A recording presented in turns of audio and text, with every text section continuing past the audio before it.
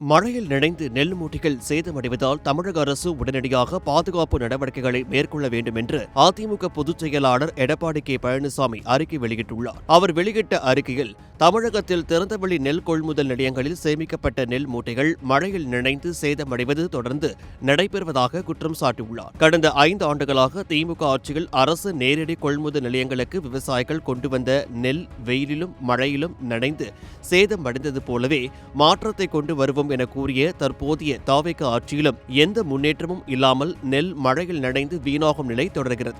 ஆட்சி நிர்வாகத்தின் அலட்சியமும் போதிய பாதுகாப்பு ஏற்பாடுகள் இல்லாமையும் காரணமாக விவசாயிகள் கடுமையாக பாதிக்கப்படுகிறார்கள் என்றும் அவர் தெரிவித்துள்ளார். தஞ்சை, ஸ்ரீபெரும்புதூர், விருதுநகர், ராணிப்பேட்டை உள்ளிட்ட பகுதிகளில் ஆயிரக்கணக்கான நெல் மூட்டைகள் மழையால் சேதமடைந்ததாகவும் அவர் குறிப்பிட்டுள்ளார்.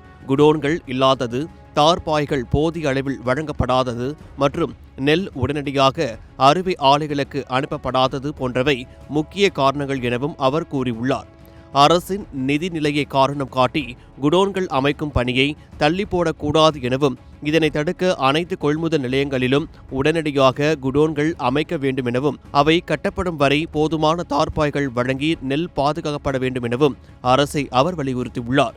மேலும் தஞ்சை மாவட்டத்தில் பாதிக்கப்பட்ட ஒரு சில இடங்களை தாவேக அமைச்சர்கள் 2 சென்று பார்வையிட்டதாக செய்திகள் வந்துள்ளன.